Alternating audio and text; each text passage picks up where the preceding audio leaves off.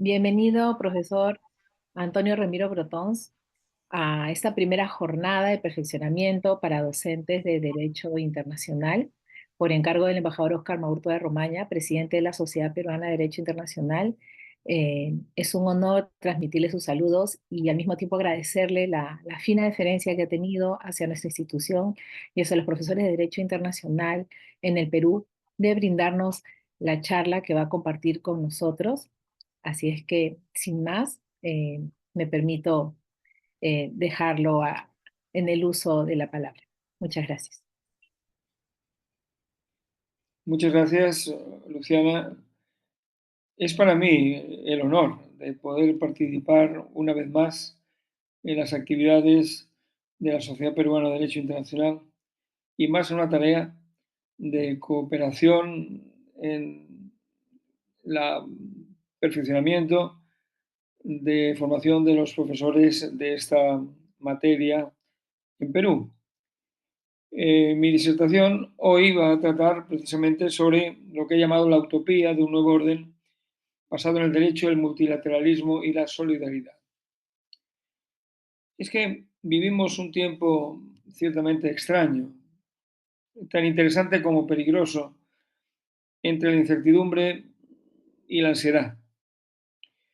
Casi podíamos tener una cierta melancolía al recordar los felices que nos prometíamos el futuro en 1989, cuando cayó el muro de Berlín y se dio por terminada la Guerra Fría.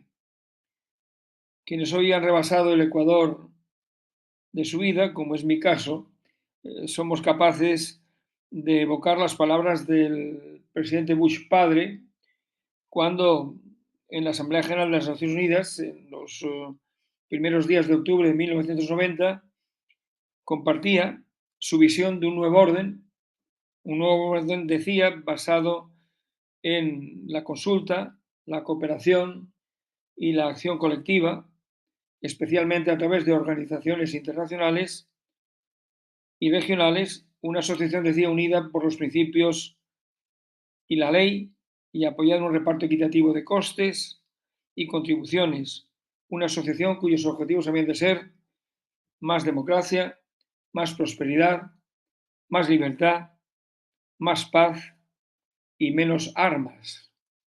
Bien, todo invitaba a creer en aquel momento que Estados Unidos iba a asumir el liderazgo del mundo para hacer realidad estos buenos propósitos del presidente de Estados Unidos, profundizando en los principios de la Carta, que seguían siendo los principios indudablemente válidos y vigentes. La Carta de Naciones Unidas. Estados Unidos, eso sí, acababa de bombardear Panamá unos meses atrás por una, según dijo, una causa justa. Pero luego la tentación de la unipolaridad, la tentación de un orden imperial, fue irresistible para no ya este Bush, sino para el Bush hijo, sin duda mucho peor que el padre. Estados Unidos, decían los predicadores de cabecera de esa presidencia, era la potencia dominante en el mundo, más dominante que cualquier otra desde la antigua Roma. Y bueno, Jesús pudo resistir las tentaciones del diablo en el desierto, pero el presidente de Estados Unidos lamentablemente incurrió en ellas porque Bush no era Jesús, ciertamente. En definitiva, la tribu opulenta del Atlántico Norte decidió que podía ocupar con sus adláteres el universo útil, inventando una terminología dignificante y sedativa para sus desmanes. El bombardeo sistemático de Serbia por Estados Unidos y sus aliados abrió una caja de Pandora cuyas calamidades se propagaron en la serie de agresiones e intervenciones vividas en los últimos 25 años, ahorcajadas en algunos casos de las acciones criminales de Al-Qaeda, del Estado Islámico y de sus colaboradores. Hoy, la frustración de la tentación imperial de Estados Unidos y la descomposición de los valores y principios de la Carta encuentra su dramática y palpitante expresión en los conflictos vivos de Gaza y de Ucrania, donde las posiciones de Estados Unidos y de sus adláteres son inconsistentes. Dicen apostar por la paz en ambos casos, pero en ambos casos son también cómplices por acción y omisión en la exaltada expresión de la violencia. Junto a ellos, las crisis ya crónicas del Sudán, República Centroafricana o República Democrática del Congo no hacen sino ocupar las plazas más destacadas del festín de la muerte que se extiende por tantos otros lugares, puntual y anualmente registrados por el Secretario General de las Naciones Unidas en sus informes, en feroz competencia todas esas catástrofes con las calamidades naturales, medioambientales, inducidas por otras formas de la violencia humana sobre la naturaleza. En efecto, los informes anuales del Secretario General reflejan un rosario de desastres a los que apenas cabe hacer frente. Guerras, conflictos fronterizos, intervenciones armadas, genocidios y violaciones masivas de derechos humanos, terrorismo, criminalidad organizada, migraciones masivas en fuga de la violencia, del hambre, de la miseria, catástrofes naturales a los que la mano del hombre no es ajena, carrera de armamentos, centenares de miles de refugiados y desplazados, escandalosas desigualdades sociales entre y dentro de los estados, calentamiento del planeta y cambio climático, elevación del nivel de los mares. Hemos alterado los ecosistemas, el hábitat de los animales, reducido la biodiversidad, arrasado los bosques, contaminado las aguas, envenenado la atmósfera, saturado los campos de pesticidas y combatido mal la miseria. Parece en estas circunstancias especialmente preocupante que amplios sectores de opinión pública debidamente intoxicados adopten posiciones ideológicas conformes con sus prejuicios frente a dramas sencillamente humanitarios. Nadie está libre de prejuicios, como nadie está libre de culpa, pero contamos con la razón y los valores éticos para neutralizar sus efectos nocivos. Y mientras tanto, por ahí andamos ajetreados combatiendo el mal con las bombas mejor intencionadas, para llevar al cielo lo antes posible, culpables e inocentes, todos en el mismo saco. También consumiendo más recursos de los que genera nuestro planeta, dispuesto él mismo a salvarse, liquidando a la especie humana como liquidó a los dinosaurios. Es cierto que cuando el ser humano ha dejado de ser un perro para el derecho internacional, centenares de miles de migrantes irregulares envidian a las mascotas de los ciudadanos del primer mundo, del mundo desarrollado.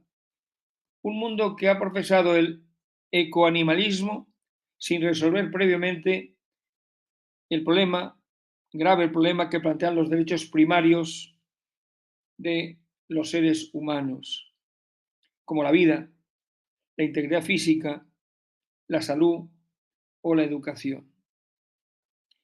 Bien, es cierto que la distinción entre el primer y el tercer mundo ya no es geográfica, ya no es territorial, como lo era antaño. En este momento hay primer mundo en el tercero y tercer mundo en el primero. La clase opulenta de los países emergentes es feliz al verse reconocida como socia del club de los grandes depredadores del medio natural, del medio humano. Y la cobertura mediática de las violaciones de derechos en el extranjero ha sido una tentación irresistible para la propaganda. La acción exterior de muchos países ha pasado de ser una política de derechos humanos para convertirse en hacer política con los derechos humanos. Hemos cambiado la preposición del de al con. y se han aprovechado toda clase de crisis humanitarias para fines bastardos. Piénsese, por ejemplo, en la injerencia humanitaria, presuntamente fundada en una responsabilidad de proteger a poblaciones víctimas de una violación masiva o sistemática de derechos fundamentales.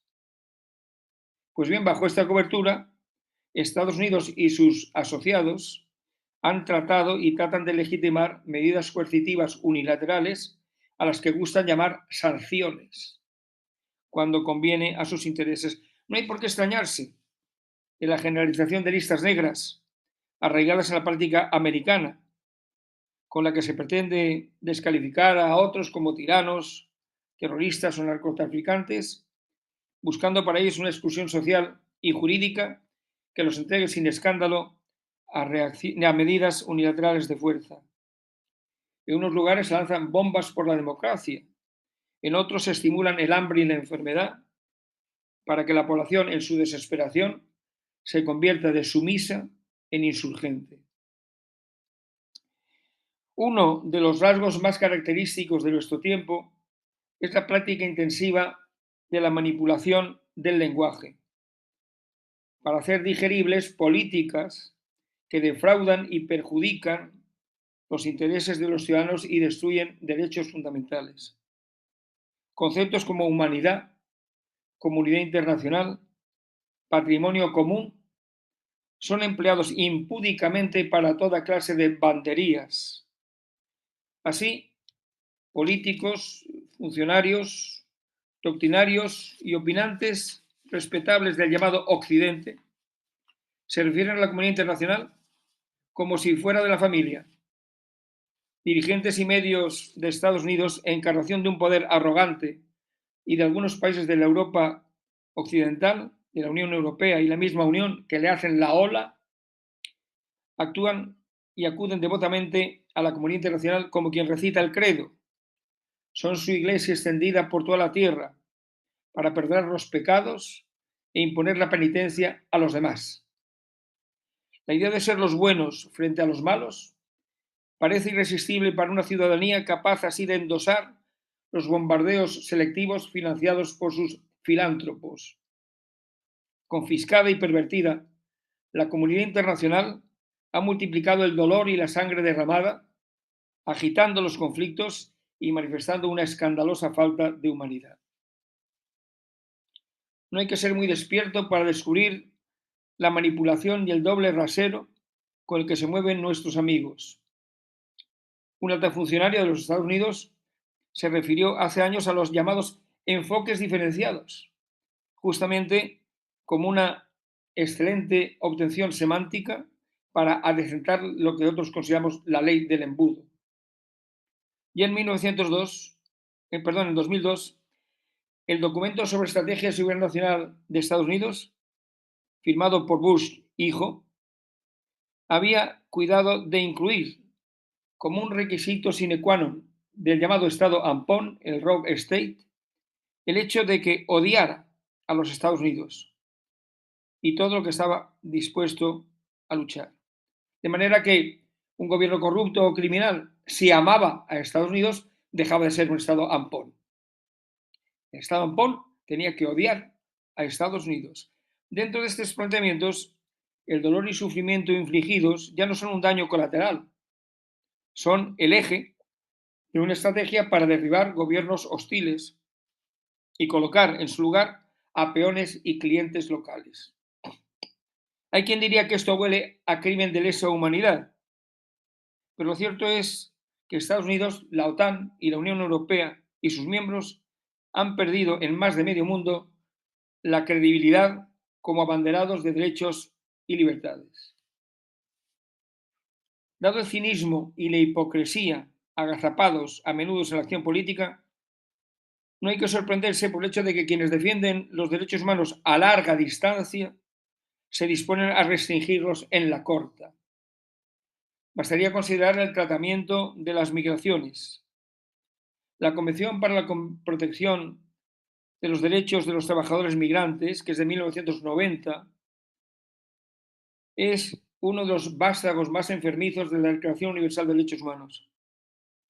porque entró en vigor solo 13 años después, en 2003, y apenas cuenta con 59 estados partes, de los cuales todos son exportadores de manos de obra.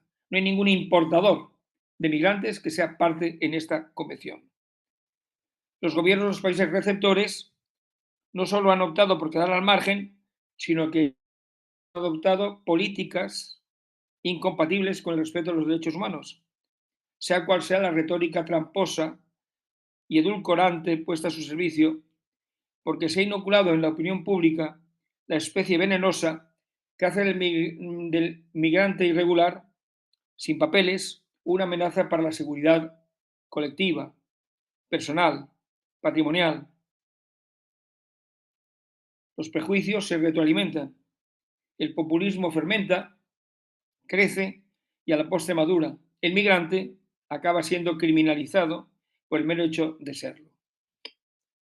Las migraciones irregulares plantean sin duda graves problemas, no encuentran soluciones simples, pero las que ahora se advierten en la práctica son más que discutibles en términos jurídicos y además son ineficaces, incapaces de frenar las situaciones dramáticas de quienes arriesgan la vida y a menudo la pierden o hacen almoneda con los restos de su dignidad en la búsqueda de un futuro menos atormentado que su presente.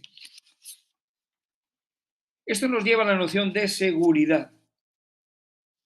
La Carta de Naciones Unidas hizo de ella su columna vertebral, pero esa seguridad, la seguridad de la Carta, se entendía en estrecha relación con la paz. Ambos conceptos aparecen 29 veces juntos de las 32 que los menciona la Carta. Paz y seguridad, paz y seguridad, paz y seguridad. Esa vinculación es lo que le da a la seguridad toda su fuerza positiva, toda su energía, más aún cuando la paz se asocia con la libertad, la justicia o la solidaridad y el desarrollo. La seguridad de la Carta era una seguridad colectiva, de todos, a pesar de los límites que a su realización puso pues, el desacuerdo de las grandes potencias en el ámbito de la Guerra Fría. Y que perseveran hoy porque al veto de la Unión Soviética en su día ha sucedido el veto de los Estados Unidos de una forma tan entusiasta como la que se produjo en los viejos años 40 y 50. Ahora, la paz, la justicia y la libertad se utilizan como muletillas retóricas o como eslóganes. En Afganistán se habló de justicia infinita y de libertad duradera. En Irak, de libertad iraquí. Pero la seguridad como referente del nuevo orden prefiere a esta vieja relación con los conceptos sagrados de libertad, justicia, paz o desarrollo, prefiere una acumulación de adjetivaciones. Ahora la seguridad es democrática, es demográfica, es económica, es estratégica, es ecológica. Se trata de acentuar la percepción de que vivimos en una sociedad de altísimo riesgo. Se trata además de una seguridad posicional, esto es, de mi o nuestra seguridad frente a tu amenaza. De mi seguridad, la del norte, la de Estados Unidos y sus clientes, frente a las amenazas del sur, el eje del mal, como la llegaron a llamar. Trátase de terrorismo, narcotráfico, movimientos migratorios irregulares, posesión de armas de destrucción masiva. La hipótesis de que los otros puedan sentirse amenazados por nosotros es algo que escapa a nuestra capacidad intelectual. La idea de que nuestra amenaza sea para su seguridad no es aceptable dentro de nuestro imaginario colectivo. Es descartada de plano. Los Estados Unidos y sus clientes, se dice, tienen derecho a salvaguardar su seguridad recurriendo a los medios de su elección, incluso el recurso a la Fuerza Armada allí donde la crean en peligro.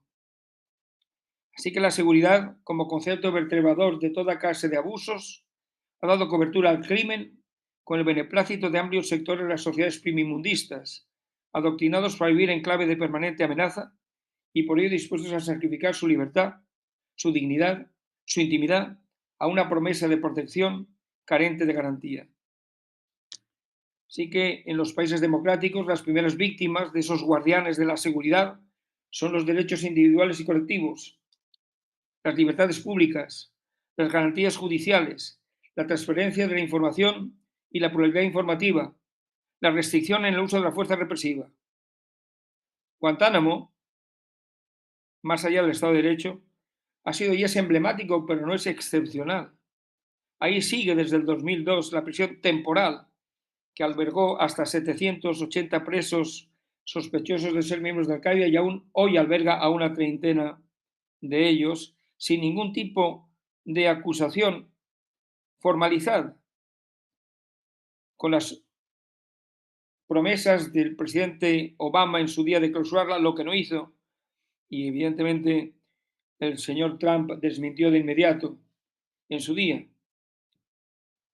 Creo que es un ejemplo clarísimo de privación de libertad sin cargos, de torturas y sevicias incompatibles con los objetivos y convenios de derechos humanos, derecho internacional humanitario que nos hemos dado. La seguridad es un concepto puramente negativo si no va acompañado de los valores que antes he mencionado, que es lo que le da sentido, la libertad, la paz, la justicia. Usted que me escucha seguramente conoce alguna paz, alguna libertad, algún justo y una justa. Decenas de nombres se emparentan con estos conceptos en el registro civil. Y hay plazas, avenidas, calles, monumentos a la libertad, a la paz. Hay palacios de justicia. ¿Pero conoce usted a alguien a quien sus padres le haya puesto el nombre de seguridad? ¿Se sabe de avenida, monumento o palacio que le hayan sido dedicados? A lo más uno se encuentra con herramientas de inteligencia artificial que generan nombres para negocios de esta índole, que acaban en el registro mercantil. Incluso en el oficio religioso de la misa, los feligreses lo que saben fraternalmente es la paz, no la seguridad, que en lo civil es más bien cosa de los bancos. Al final del día, perdida la ciudadanía, convertidos en siervos, nadie garantizará una seguridad que acabemos perdiendo después de haber sacrificado nuestra libertad, nuestro afán de justicia y nuestra solidaridad. Sin llegar al extremo de ver cabalgando a los jinetes del Apocalipsis o identificar los agresores con pedigrí como encarnaciones de la bestia de oro o el anticristo, es cierto que el mal existe y hay motivos para estar preocupados. Vivimos tiempos oscuros. Entender que el mero disfrute del poder es fuente de legitimación de toda clase de acciones empuja la formación de órdenes hegemónicos antagónicos y hace del orden internacional un concepto precario vinculado a la tregua y no a la paz, a la secta y no a la humanidad. Y cuando los señores del mal suben a la superficie, los humanos han de buscar refugio en las entrañas de la tierra. Hace 80 años, un escritor, Clive Staples Lewis, relataba en Las cartas del diablo a su sobrino, año 42, que cultivando el planeta podía transformarse en un gran campo de concentración para prisioneros voluntarios que aceptaban toda clase de servidumbres con tal de prolongar un día más su existencia. Pues bien, no hay que descartar que renunciando a la luz, las generaciones futuras malvivan en comunidades subterráneas arbitrariamente gobernadas. De momento ya nos hemos instalado en la habitación del pánico. La conclusión que se deduce de los hechos que acabo de exponer es que el nuevo orden que tratan de implantar tirios y troyanos parte de la deliberada infracción de principios, órganos y competencias y procedimientos de la Carta de las Naciones Unidas y las normas fundamentales del derecho internacional. Es penoso constatar la incapacidad de los miembros de Naciones Unidas para acomodar al nuevo entorno político y económico los propósitos de la Carta, conforme a sus propias previsiones de reforma. Entonces, cabe preguntarse, ¿es que no hay reforma sin un cataclismo? La Sociedad de Naciones surgió de la Primera Guerra Mundial, la Gran Guerra que se llamó entonces. La ONU de la Segunda Guerra Mundial. Es que todo se ha de derrumbar para que surja un nuevo orden. Es muy inquietante el escenario porque estamos retornando al siglo XIX, pero con armas del siglo XXI.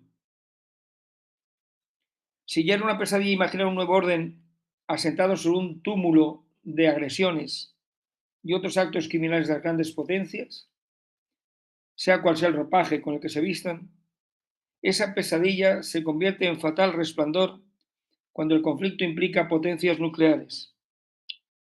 Y hace años, en 1996, me autocito, en Civilizados, Bárbaros y Salvajes, el nuevo orden internacional, escribí y sugerí que la inspiración del nuevo orden podía estar en el mundo de los chimpancés, un mundo en el que la emergencia de un vencedor indiscutible anuncia la mejoría de una relación negativa. Pues bien, esa sugerencia me parece ya excesivamente optimista. No sirve en un conflicto entre chimpancés atómicos, que arrastrará la perdición a toda clase de macabros y bonobos, es decir, a todos nosotros. Hoy hay nostálgicos del primer mundo que son negacionistas de todas las amenazas que hemos predicado aquí.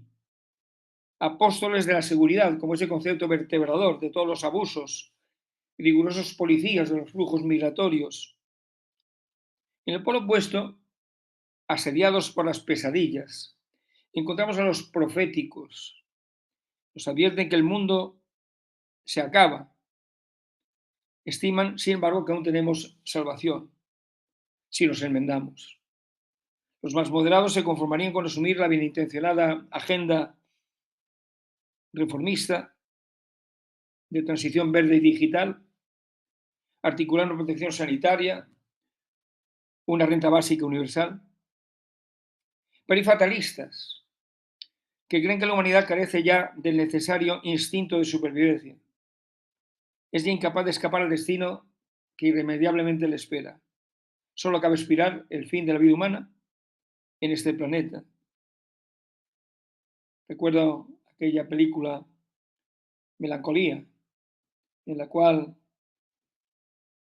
ante el inminente e inevitable choque de nuestro planeta con otro planeta, estrella o similar, pues unos optan por matar a sus caballos y suicidarse, y otros optan por meterse dentro de una tienda de campaña para ver si así, no viendo lo que va a suceder, evitan la muerte. Bien, tal vez algunos optimistas puedan sobrevivir emigrando a otros planetas. Y en este sentido, es muy significativo que el presidente Trump haya situado a su lado al señor Elon Musk, que es propietario de una compañía de cohetes que pueda conducir a esta gente a otro planeta cuando se hayan ellos cargado el nuestro. En fin, incluso se puede decir que en este momento aquellos que optaron por colocar su cuerpo en hielo a una bajísima temperatura con la idea de resucitar cuando ello fuera posible, pues van a ver defraudados porque cuando se despierten de ese sueño van a encontrarse totalmente aislados en medio del caos de la Tierra. Bien, frente a estas visiones distópicas, cabe oponer un discurso utópico, retomando los sueños de Immanuel Kant. Y hay en efecto soñadores que ven la oportunidad de que la humanidad haga las paces con la naturaleza maltratada y recupere el aire puro, las aguas cristalinas, las especies en vías de extinción, que procure un mundo solidario, que renuncie a la extracción y aprovechamiento de recursos fósiles, que reconstruya el multilateralismo, reforzando las instituciones universales y regionales, y al tiempo respete la identidad de los pueblos. Mario Benedetti, desapareció hace poco tiempo, decía algo que sigue siendo válido: no te rindas, aún hay fuego en tu alma, aún hay vida en tus sueños. En esta línea hay razones para salvar a la ONU, no solo porque sin ella todo iría peor. La organización ha sacado partido, a pesar de todo, a recursos escasos. Supo trascender a lo que inicialmente era una coalición de vencedores. Animó el proceso de descolonización.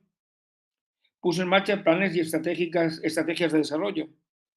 Hizo una notable aportación a la codificación y desarrollo progresivo del derecho internacional.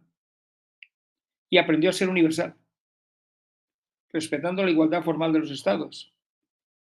La única oportunidad para muchos de tener voz y voto en problemas que afectan a la humanidad en su conjunto. Hace apenas unos meses, en septiembre del año pasado, vimos cómo en las vísperas del debate general que se realiza todos los años, se firmó un pacto de futuro con 73 páginas llenas de buenas intenciones, propósitos y calendarios. Y también hemos visto cómo a continuación 193 países intervinieron exponiendo su concepción, su percepción del mundo y también sus propios problemas e intereses.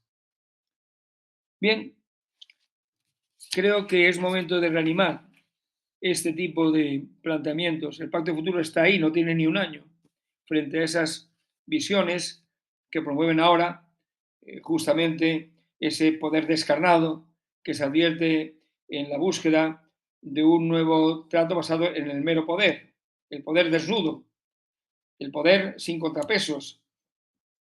Los grandes, China, Rusia, Estados Unidos, quizá algunos emergentes, pero la gran mayoría ignorada, olvidada o marginada. El derecho internacional, edificado a partir de la Carta, supuso un paso de gigante en la historia de las relaciones internacionales, que la Guerra Fría no pudo sofocar y no tiene por qué sofocar la actual situación. Urge volver a la Carta, que es manifiestamente mejorable, para reconstruir el consenso sobre las instituciones, que han de servir principios constitucionales que nos dimos en 1945 y que tienen una gran potencialidad de desarrollo. Hay que ampliar, hay que complementar esos principios, porque sabemos qué es lo que necesitamos. Necesitamos, primero, la supervivencia de los seres humanos, de los pueblos, de los estados, de la propia humanidad. Necesitamos alimento, salud, educación, como premisas de la libertad y la dignidad. Los pueblos han de salvar su identidad y su cultura. Los estados siguen siendo las unidades políticas que, soberanas e independientes, conforman la sociedad internacional primaria. La humanidad, que a todos nos engloba, es titular de un patrimonio común y acreedora de la solución de los problemas hoy planetarios, como la conservación del medio natural, el aprovechamiento sostenible de los recursos y el desarrollo humano. Somos, en definitiva, una aldea en el universo.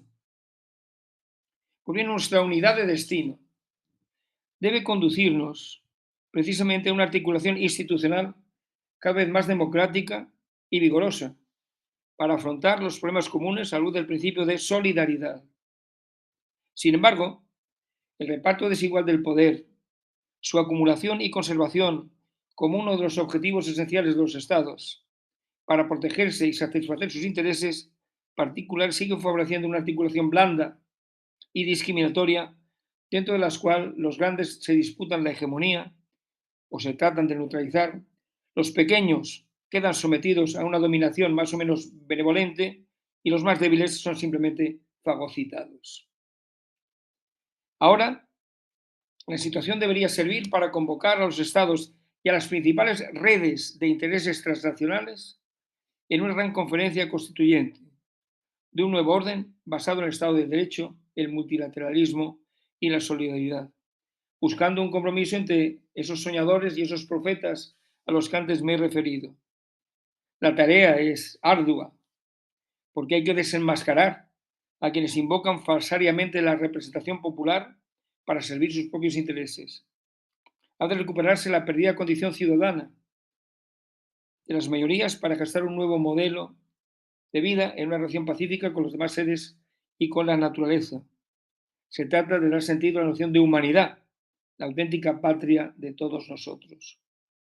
Pues bien, llegará un día en que la comunidad internacional la genuina, no ese trampantojo del que se sirve Occidente para aplicar la ley del embudo.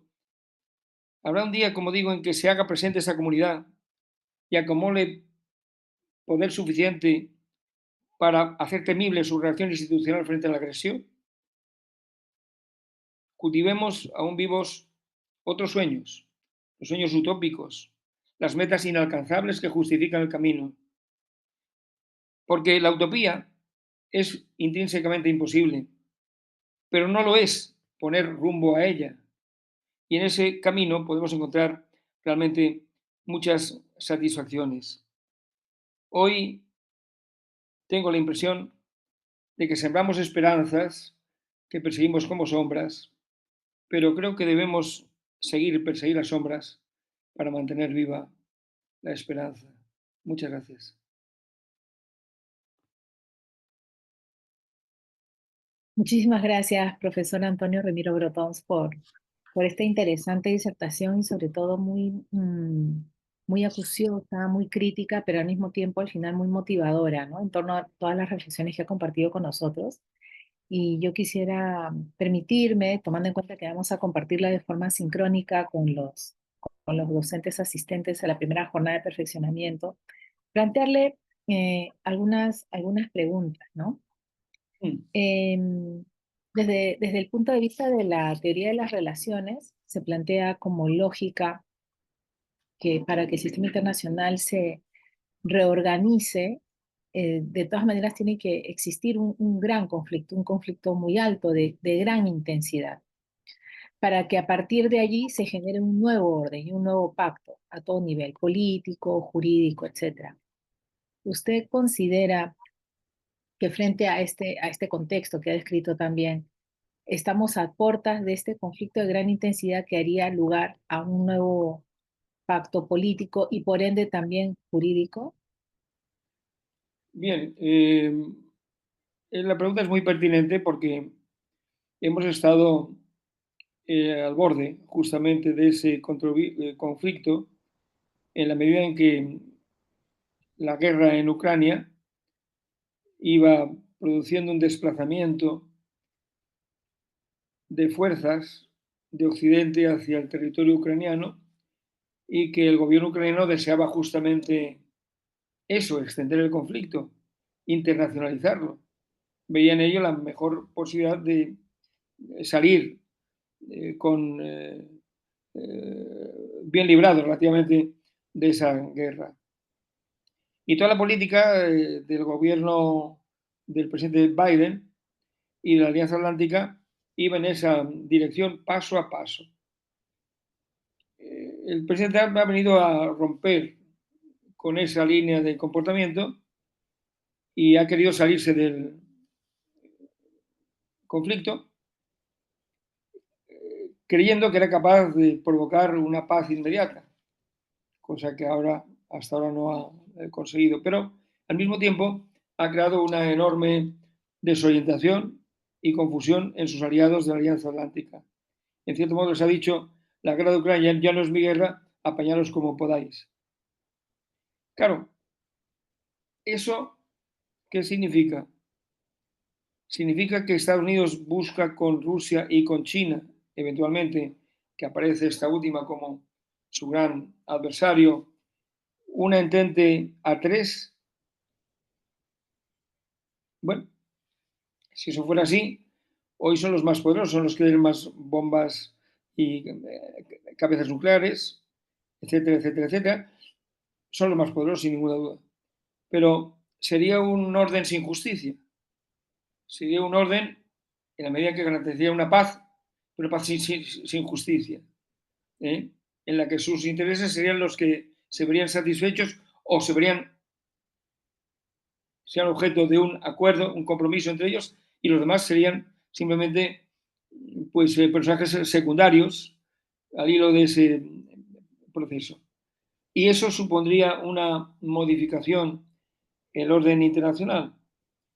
Bueno, tanto tenemos que la alternativa a un nuevo orden que no responda a un gran conflicto armado es una alternativa aparentemente que no se puede lograr desde la solidaridad ni desde la humanidad, sino más bien desde la conservación del poder desnudo y su traducción en normas legales, ilegítimas, pero legales. Bueno, esa es la cuestión. Es decir, hasta ahora el mundo no ha sabido salir de un orden sin violencia, para ser el otro. Ahora, imaginemos que hubiera un conflicto. ¿Ese conflicto dónde estaría? ¿En el mar de la China? ¿En el estrecho de Formosa? Eh, eh, no sé, las hipótesis son diversas, ¿no? Evidentemente, cabe suponer, en ese momento, de los tres grandes dirigentes de las tres grandes potencias, el más respetable aparentemente es el chino, el que parece responder una política más cautelosa, más prudente, más morigerada frente a los otros dos. Que también tengamos en cuenta que tenemos el conflicto de Gaza, que es un conflicto asimétrico por donde se mire, y ahí el alineamiento de Estados Unidos con el país agresor en este momento pues es incondicional. O sea que ahí hay un doble rasero que se aplican por unos y por otros. Si hablamos del tema de Gaza o Cisjordania y Ucrania, vemos el doble rasero de Estados Unidos y la Unión Europea en relación con unos y con otros, ¿no? Defensores de Ucrania agredida, pero defensores de Israel agresor al mismo tiempo. Es decir, yo no sé qué, no sé, no tengo la lámpara del futuro aquí en este momento en mi mesa y no podía decir, saber si podemos salir con bien. Evidentemente el pacto de futuro suponía modificaciones claras en la institucionalidad de Naciones Unidas, ¿no? Había que pensar que hay países, grandes potencias emergentes que tendrían que estar ahí. También había que pensar que el derecho de veto tiene que ser reconducido y restringido al máximo. ¿eh? Y, pero claro, esa reordenación se quiere hacer sin que aquellos que han dejado de ser lo que fueron, Reino Unido o Francia, pues pierdan pie. Tampoco se quiere hacer una organización en la que entren organismos internacionales como de integración, como la Unión Europea, que podría considerarse que podría ser un Estado miembro en lugar de sus 27 Estados miembros. Estos no van a, bajo un concepto, van a aceptar tal cosa, ¿no? Es decir, hay muchas variables que cuando se produce una guerra y hay un vencedor, pues este impone las reglas de juego. Entonces, claro, es cierto que la Segunda Guerra Mundial la ganaron digamos, los buenos frente a los malos. Pero al día siguiente de acabar la guerra ya había nuevos malos frente a los buenos. ¿eh? Entonces, si hubiera un conflicto, imaginemos, entre China y Rusia por una parte y Estados Unidos por otra con sus aliados, ¿quién ganaría esa guerra? ¿O sería ya la famosa mutua destrucción asegurada? Bueno, más, ¿no? ¿Eh?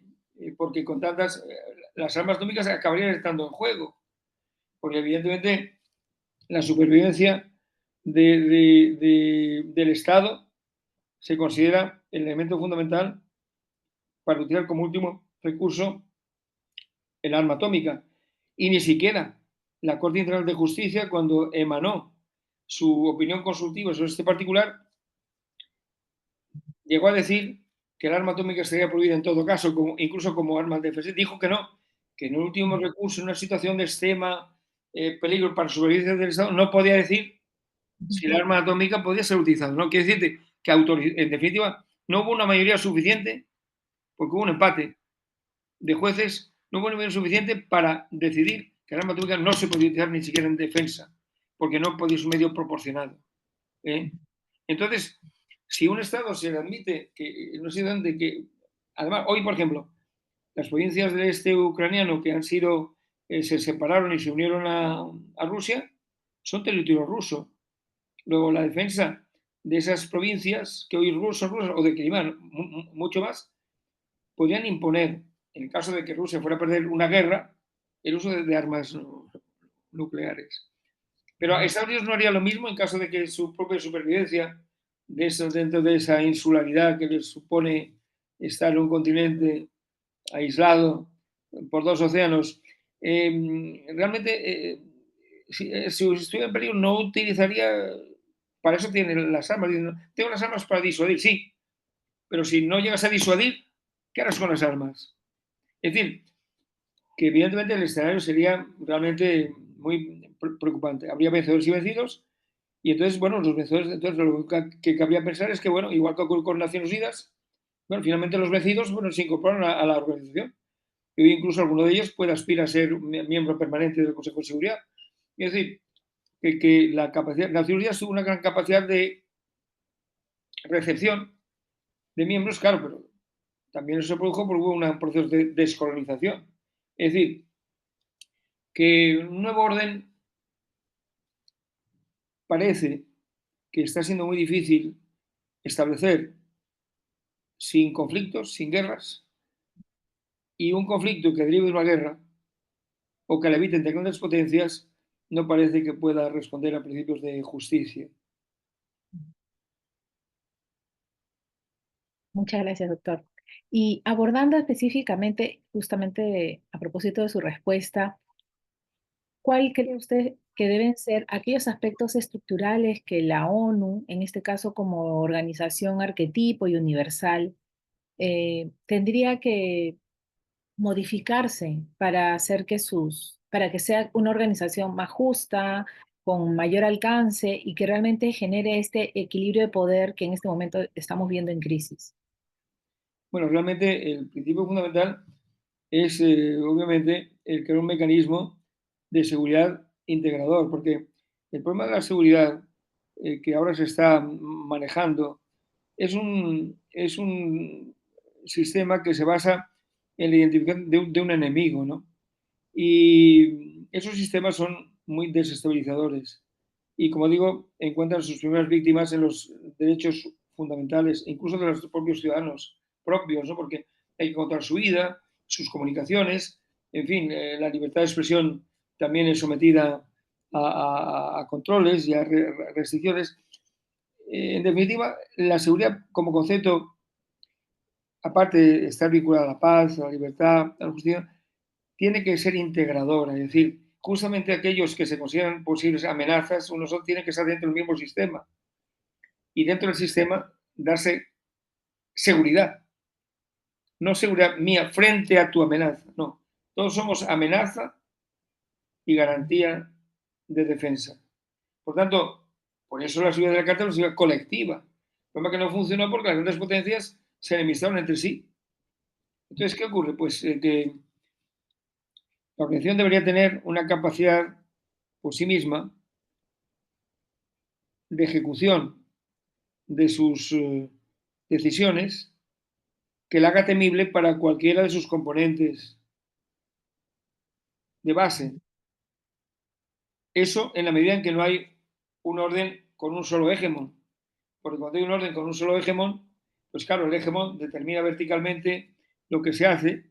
Es una ley imperial, es una forma de organización perfectamente eh, conceptualmente no hay nada que oponer a un orden imperial, donde se respeten las libertades y todos sean ciudadanos, ¿verdad?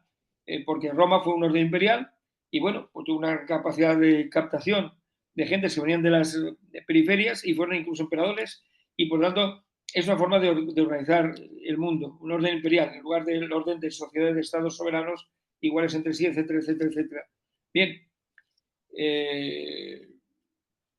pero un orden hegemónico se sabe que no se puede hacer nada sin el hegemón y no se puede hacer nada contra el hegemón, porque es la hegemonía.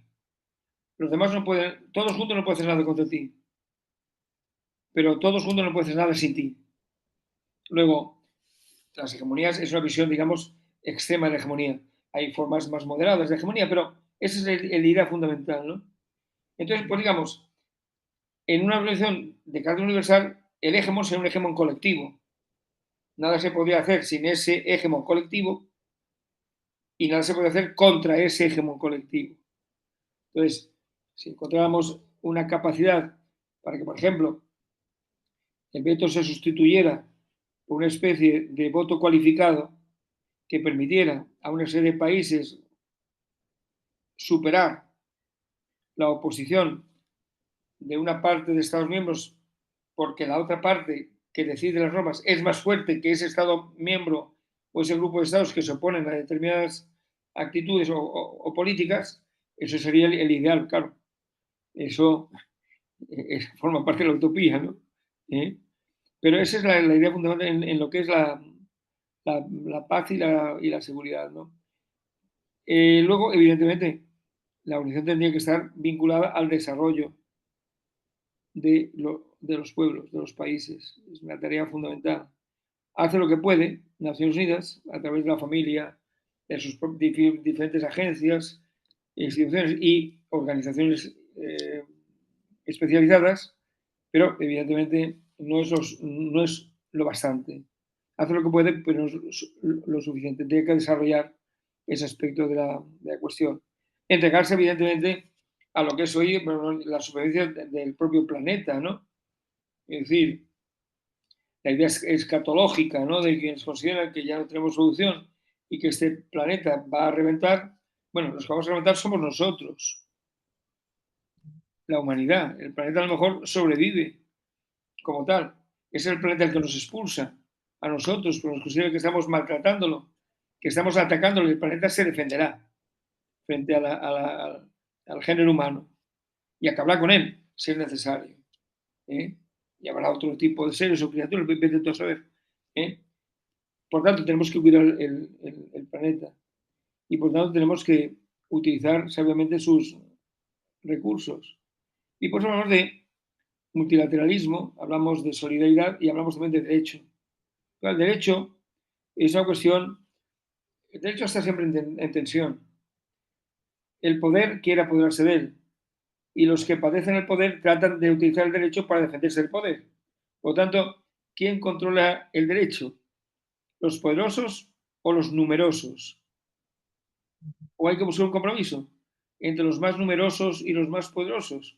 Y que el derecho sea el resultado de un compromiso nacido de su libertad, de su libre consentimiento y no de la imposición de una parte. Tanto esa es la idea fundamental, ¿no? Ahora, creo que vivimos momentos de una enorme confusión, de una enorme desorientación. Piensa cómo en este momento pues el mundo está atónito, callado frente a las iniciativas. Vemos Israel actúa con un auténtico desprecio de las normas jurídicas, se mofa de Naciones Unidas, Naciones Unidas no se ha atrevido a suspender la de derechos, nadie lo hace, siendo tan obvios los crímenes que el gobierno de Netanyahu está cometiendo, pues aún se envalentona y saca pecho por ello. Es decir, y el mundo está callado con estas iniciativas de Trump, está callado, no sabe qué decir. ¿Dónde están los 77, el movimiento de los países en desarrollo? Es decir, están expectantes, no se atreven a abrir la boca por si acaso los meten en una lista negra, ¿no? O quedan marginados. Yo creo que un momento de enorme confusión. La misma Europa no sabe qué hacer, no sabe qué hacer. Ha perdido 50, 60 años en que debió constituirse como un auténtico poder y no es un poder. La Unión Europea es muy fuerte económica y financieramente, aún comercialmente, pero no es un poder como tal. No se puede sentar en la mesa de los poderosos, porque son 27 pequeños poderes. ¿Eh?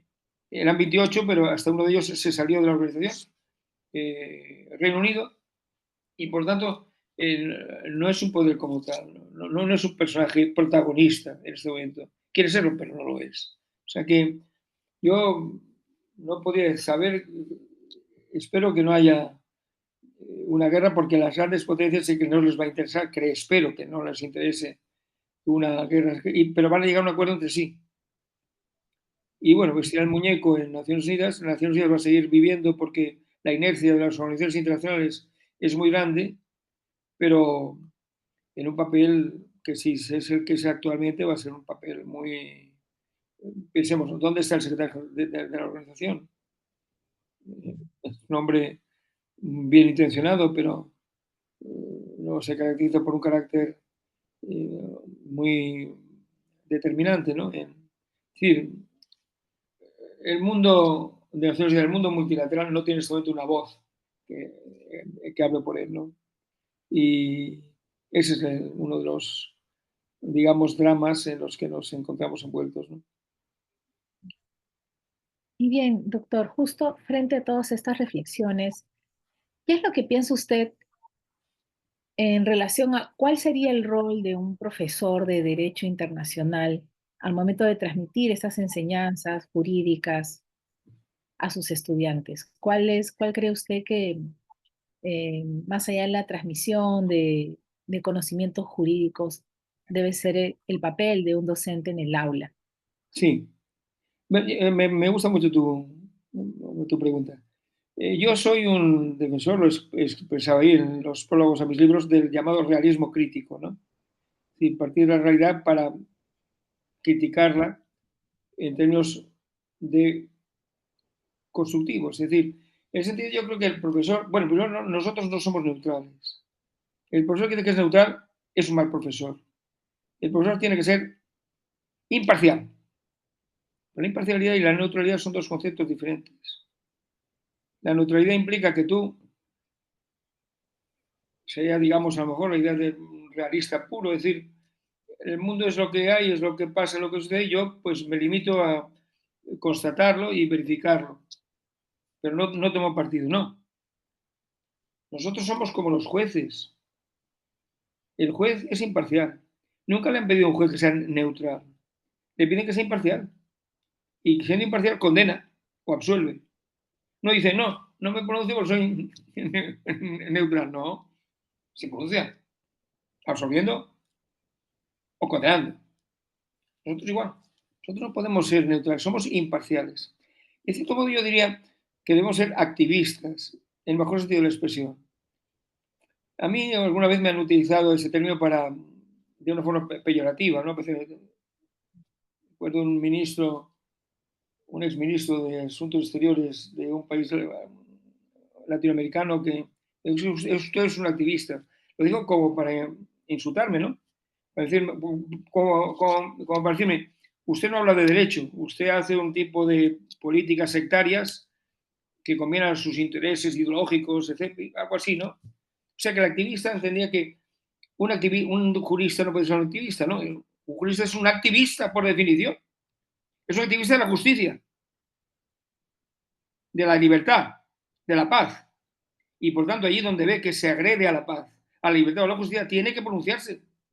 Somos activistas, somos gente, se decía antes, soy gente comprometida, se decía antes.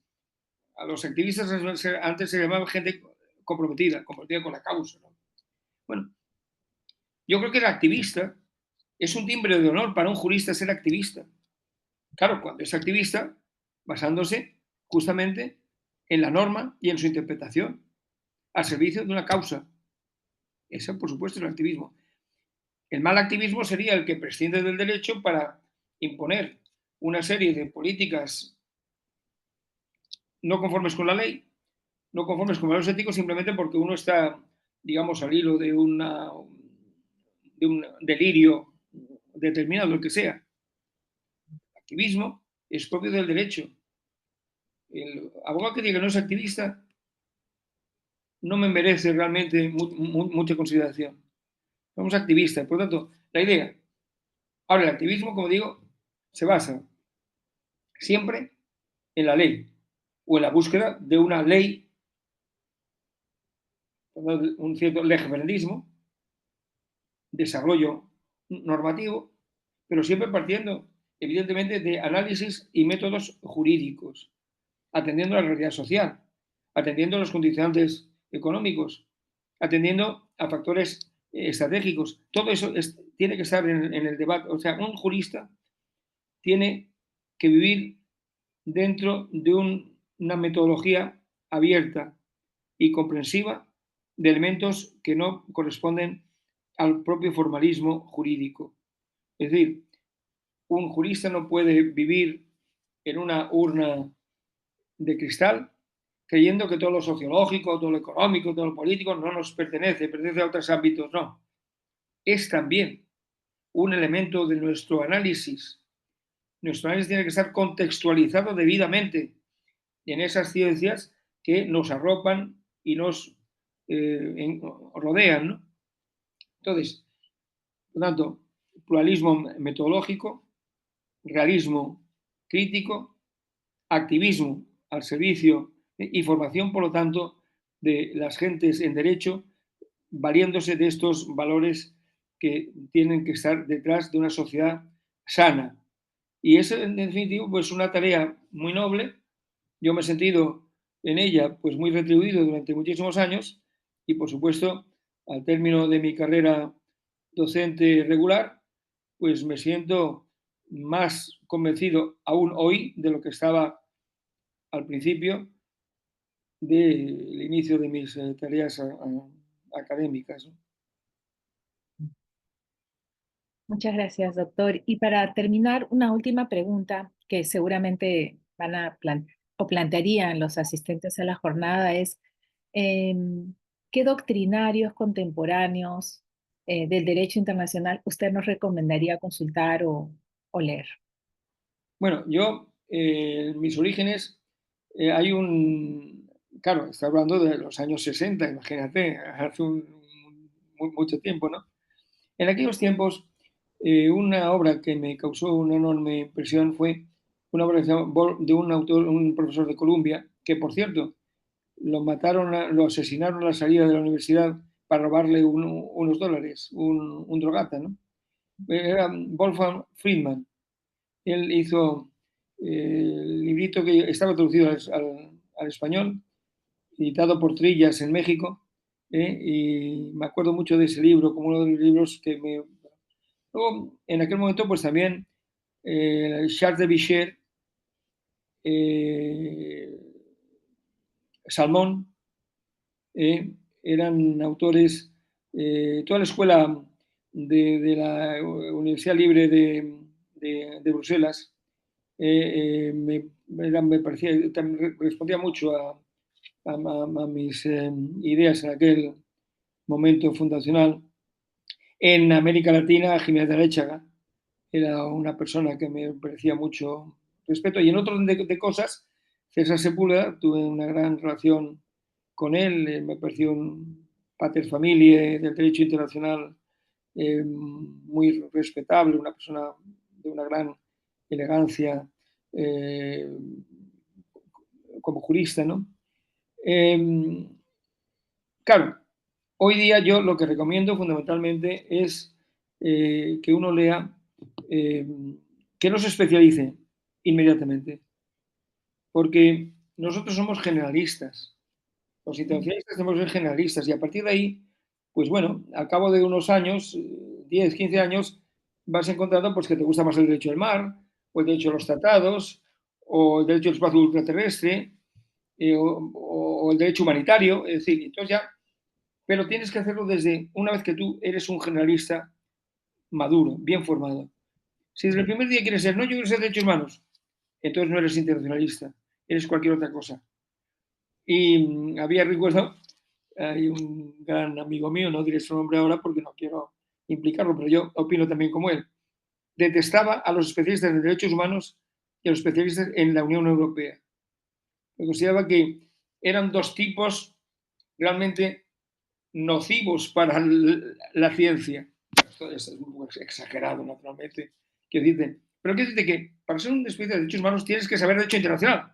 Primero, no puedes ver el mundo por el canuto de los derechos humanos. Son muy importantes, pero evidentemente no agotan el derecho internacional. Entonces está muy bien ser especialista en derechos humanos, pero después de ser un buen internacionalista. Pues digo, tenemos generalistas. Es nuestra primera función, ser generalistas. Y a partir de ahí ya empezaremos a buscar, seguramente por mera inclinación o por contingencias de la vida, resulta que estás haciendo una cosa, te han invitado a un curso específico sobre tal cosa, oye, ¿te gusta más aquello?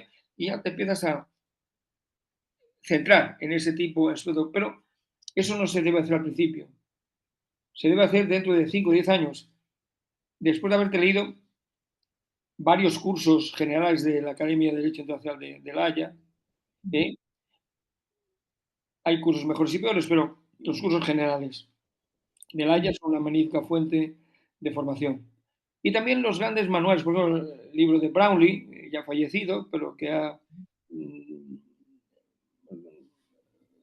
los ingleses sabes que son muy partidarios de agarrar un libro de un autor muy señero y entonces convertirse en herederos intelectuales de ellos y hacer, por ejemplo, el Oppenheim, 10ª edición por fulano y tal.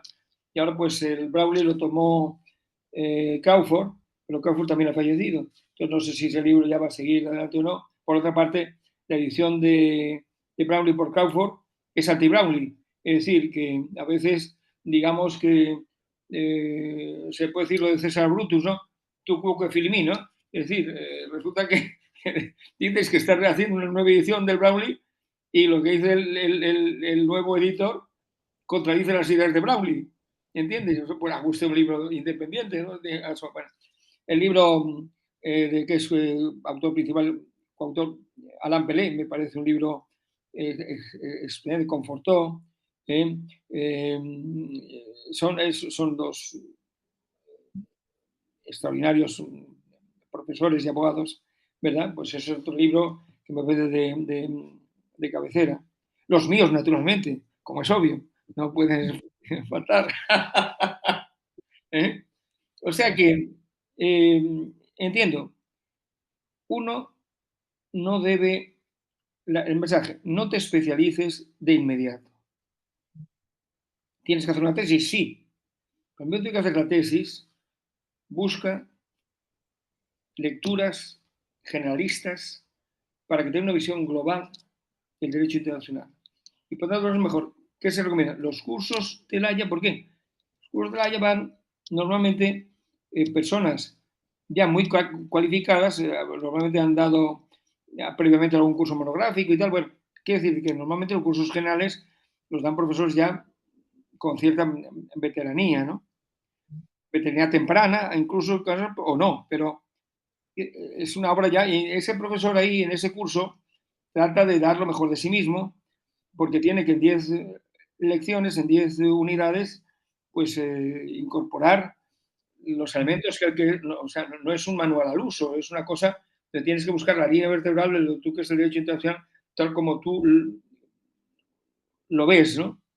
Tanto, analizar 15, 20 cursos generales, leerlos detalladamente, tomar notas, y luego, dentro de la lengua española, la lengua francesa, la lengua inglesa, por ser las más comunes, y quien sepa alemán, por supuesto, sepa italiano, pues encontrar también las obras generales del momento y algunas, digamos, tradicionales, de más, de mayor antigüedad, pero que conservan la lozanía de los conceptos, aunque no la lozanía de los hechos sobre los que se basan, ¿no? Pero bueno, esas obras más antiguas se llegan normalmente, por ejemplo, hay un autor que me gastó mucho tiempo, libritos, hay una colección que se llama El Que sais de Francia, por ejemplo, está René Jean Dupuy, el nombre brillantísimo, que, 100 páginas. En inglés tienes también una obra, un derecho internacional magnífico, que es el del profesor, te digo por la brevedad, pequeños, de Vaughan Lowe, que es también un libro excelente, ¿no?